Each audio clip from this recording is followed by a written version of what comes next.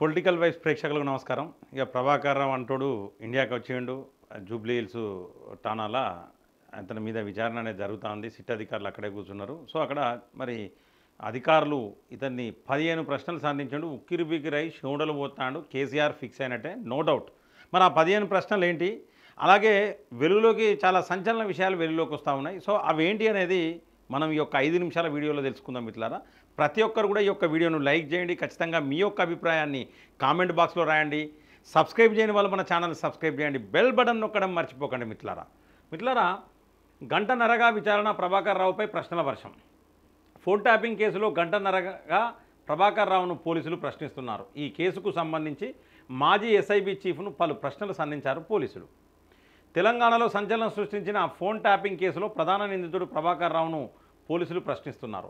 West zone DCP Vijay Kumar నేతృత్వంలో విచారణ జరుగుతోంది. దాదాపు గంటన్నరగా ప్రభాకర్ రావును దర్యాప్తు బృందం విచారణ చేసి స్టేట్మెంట్ను రికార్డ్ చేస్తుంది. విచారణ ప్రక్రియను మొత్తాన్ని పోలీసులు వీడియో రికార్డింగ్ పెట్టారు. జూబ్లీ హిల్స్ పోలీస్ స్టేషన్ విచారణ జరుగుతుంది. పోలీసులు అడిగిన ప్రశ్నలకు ప్రభాకర్ రావు స్పందిస్తున్నారా, ఏ మేరకు సమాధానాలు ఇచ్చారో తెలియాల్సి ఉంది.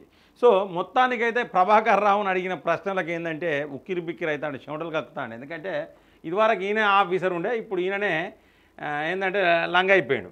సో ఇప్పటి వరకు సంధించిన ప్రశ్నలు ఏంటి అంటే, ఫోన్ ట్యాపింగ్ కేసులో మీరు ఏం చెప్పాలనుకుంటున్నారు, ఇది నెంబర్ 1 ప్రశ్న. ఏం చెప్తాడు, ఫస్ట్ ఏం చేస్తాడంటే ఈ ఫస్ట్ ప్రశ్నకు ఏం చెప్పాడు, మూగేషమే ఎత్తాడన్నట్టు. ఈ మూగేషమే ఉంటుంది.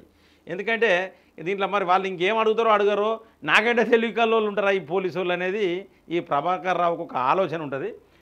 రెండో ప్రశ్న ఏం అడిగినంటే, ఫోన్ ట్యాపింగ్ కేసు నమోదైన వెంటనే మీరు విదేశాలకి ఎందుకు వెళ్ళిపోయారు, పోసుకొని భయపడి లాగు తడిచి వెళ్ళిపోయినా అని చెప్పాలి సమాధానం. ఇంతకంటే మించి ఇంకేం చెప్పొద్దు, వేరే అవకాశం లేదు. కేసు నమోదైందనే సమాచారంతోనే విదేశాలకు పారిపోయారా, అంతే. మరి ఇంకెందుకు పోయాడు, ఇంకెందుకు, ఏం పుట్టింది, మంచిగానే గట్టిగా ఉన్నాడు, అట్ట కట్టున్నాడు, ఏం కాదు. మంది కొంపలు ముంచిండు, ఎన్ని వేల ఫోన్లు ట్యాపింగ్ చేసిరు, ఎన్ని హార్డ్ డిస్కులను కాల్ చేసిరు, ఎంతమంది జీవితాలను సర్వనాశనం చేసిరు, ఈ ప్రశ్నలనే తెలిసిపోతుంది మిత్రులారా. మీరు రాజీనామా చేసిన రోజు హార్డ్ డిస్కులను ధ్వంసం చేశారా, అంతే కదా. మరి ఇక రిజల్ట్స్ రాగానే రాజీనామా చేసే ఆ డిస్కులను ధ్వంసం చేయమని ప్రణీత్ అనటోనికి చెప్పిండు. కథం ప్రణీత్ అనటోడు ఆ డిస్కులను ధ్వంసం చేసిండు. ప్రణీత్ రావు మీ ఆదేశాలతోనే ఆ డిస్కులు ధ్వంసం చేసినట్టు చెప్పాడు. మా దగ్గర స్టేట్మెంట్ ఉంది, మీరేమంటారు, ఏమంటాడు, సంకనాకుతాడు, ఇంకేమున్నదండి అనేది.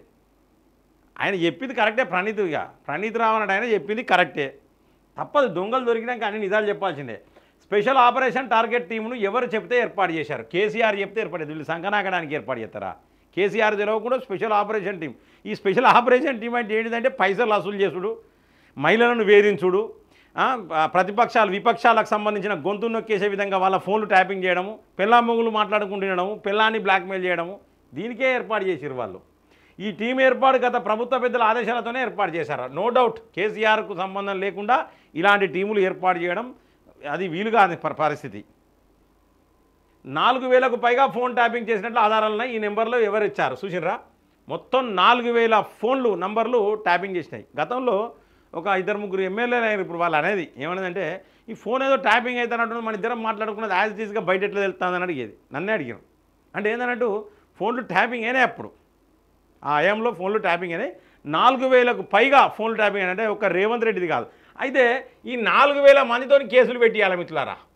ఇక బయటికి రాకుండా ఈ ఫాల్తునా కొడుకులు 4,000 మందితోని కేసులు పెట్టిస్తేనే ఈ ఫాల్తునా కొడుకులు బయటికి రారు. ఈ కేసులో అరెస్ట్ అయిన పోలీసులు అధికారులందరూ మీ పేరే చెప్తున్నారు 100%. ఏమంటారు మరి, ఆయన పేరు చెప్పకపోతే ఏం పేరు, అధికారి పేరు చెప్తారు. ఆల్రెడీ కేసీఆర్ పేరు కూడా చెప్పారు కొంతమంది, అలాగే ఈయన పేరు చెప్పారు. ఇప్పుడు ఈయన ఏం చేయాలి, నాకేం తెలుసు, కేసీఆర్ చెప్తే చేసిన అని చెప్పాలి, అంతే. ఇంకా వేరే అవకాశం లేదు. ఎన్నికల ఫలితాలు వెలువడిన రోజే ఆ డిస్కులు ధ్వంసం చేశారు. ఇందులో కుట్ర స్పష్టంగా కనిపిస్తుంది కదా. 100% ఎలక్షన్ రిజల్ట్స్ రాగానే ఆ డిస్కులు కాలబెట్టడం ఎందుకు, ధ్వంసం ఎందుకు చేయాలి ఆ డిస్కులను, అంటే డేటా మొత్తం ధ్వంసం చేశారు. ఆ డిస్కులల్లో ఉన్న డేటా మొత్తం కూడా ధ్వంసం చేసి పడేశారు. సాధారణ ఎన్నికల్లో బీఆర్ఎస్ పార్టీ అధికారంలోకి రాకపోతే ఆ డిస్కులను ఇతర ఆధారాలను ధ్వంసం చేయాలని ముందే ప్లాన్ చేశారా, ఇది ముందే స్కెచ్చా. మరి కాంగ్రెస్ గవర్నమెంట్ వచ్చిందంటే మరి ఆ డిస్కులను ధ్వంసం చేయాలని ముందే ప్లాన్డ్గా పకడ్బందీగా ముందే అనుకున్నారా, అనుకోలేదా? ఎందుకంటే ఇవంతా క్రాస్ వెరిఫికేషన్. ప్రణీత్ రావును కొన్ని ప్రశ్నలు అడిగినారు, సో ఈయనను కూడా కొన్ని ప్రశ్నలు అడుగుతారు. ఇప్పుడు అదే విషయం. ప్లాన్ ప్రకారమే ఎన్నికల ఫలితాల రోజు రిజైన్ చేసి ఆధారాలను మాయం చేశారా, అందులో నో డౌట్ ప్లాన్ ప్రకారమే జరిగింది ఇది. అది ఒప్పుకోవాల్సిందే. ఇంకా నువ్వు ఒప్పుకోకపోతే ఏంటంటే రోజు వెళ్తే నీకు కిడ్నీలు ఖరాబ్ అవుతాయి, ఊపిరితిత్తులు ఖరాబ్ అవుతాయి, నీకు డయాబెటిక్ షుగర్ చక్కెర వస్తుంది, నీకు బీపీ పెరుగుతుంది, సంకనాగిపోతావు. కాబట్టి ఒక్కటే రౌండ్లో అన్ని నిజాలు చెప్తే అయిపోతుంది. శ్రవణ్ రావు ప్రైవేట్ వ్యక్తి, అతనితో ఎస్ఐబికి ఏంటి సంబంధం ఉంటుంది? ఎందుకుంటే శ్రవణ్ రావు కదా. కాబట్టి కేసీఆర్తో మీ అందరితో సంబంధాలు బ్రహ్మాండంగా ఉంటాయి. బయట వ్యక్తులైనా కూడా మంది కొంపలు ముంచడానికి ఇటువంటి ఫాల్తనా కొడుకులను కొంతమందిని పెట్టుకుంటారు. ఈ గవర్నమెంట్లో మరి ఇటువంటిది ఏం చేస్తలేరు కదా. హైకోర్టు న్యాయమూర్తుల ఫోన్లను కూడా ఎందుకు ట్యాప్ చేశారో మీకు ఎవరైనా పెద్దలు ఆదేశాలు ఇచ్చారా చూసినరా? ఇక్కడ క్లియర్గా హైకోర్టు, ఇది ఆంధ్రజ్యోతిలో వచ్చిన వార్తనే నేను చదివేది, నేను కొత్తగా తయారు చేసి చదువుతలేను. హైకోర్టు న్యాయమూర్తుల ఫోన్లను కూడా ట్యాపింగ్ చేసిర్రా అని అడుగుతూ ఉన్నారు. అంటే ఏంది? హైకోర్టు న్యాయమూర్తుల ఫోన్లు కూడా ట్యాపింగ్ అయినట్టు, అందులో నో డౌట్.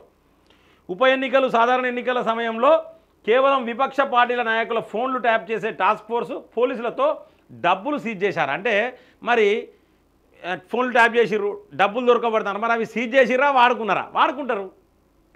ఐస్గడ్డ శాస్త్రం ఏంటంటే వీళ్ళు దొరకబట్టి ఇది ఐస్గడ్డ దొరకబట్టిలోనికి ఈ పార్టు తర్వాత అది వాళ్ళకు పోతుంది, ప్రజాప్రతినిధులకు పోతుంది. అందులో కూడా మనిషి కింద మరి నాకేదని చెప్పేసి. కాబట్టి మిత్రులారా, వీళ్ళు డబ్బులు సమకూర్చుకున్నది కూడా ఇట్లనే.